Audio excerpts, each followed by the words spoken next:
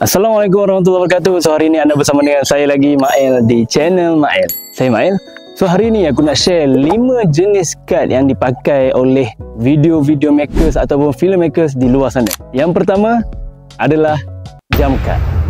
Jump cut adalah satu teknik yang mana editor akan potong dalam setiap scene yang berkaitan untuk nampakkan action satu video tersebut.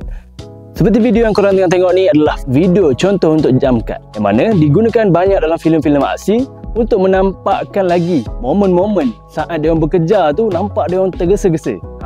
So itu adalah jump cut. Seterusnya adalah J-cut. J-cut yang mana bayangkan ada dua scene yang berbeza dan ada dua dialog, yang mana dialog yang kedua akan masuk terlebih dahulu daripada dialog pertama. Ini contoh dia. Oish, mana barang aku ni? Main rasa bonet kau ni sepah sangat dengan kasutnya, dengan ni je. Siapa punya ni? Bapak besar kan? Ya, kasut aku. Kenapa? Lain macam kaki kau, besar gajah. Yang ketiga, L-cut.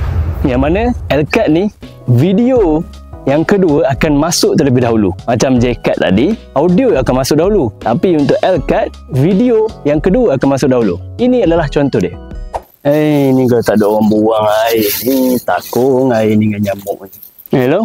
Buat apa? Buang air je. Susah pun. Budak-budak muda sekarang ni mana reti buang-buang air ni. Dah tahu air takung, biar je. Yelah banyak. Engkau je yang betul. Aku gerak dulu lah. Yang keempat, mesh cut.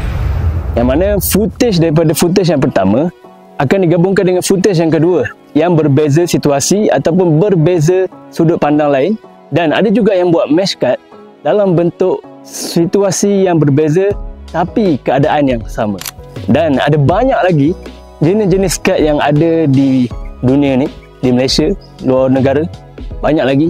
Kalau aku nak explore dalam satu video ni tak cukup. Kalau video ni membantu, jangan lupa like, follow and subscribe untuk video selanjutnya. Assalamualaikum.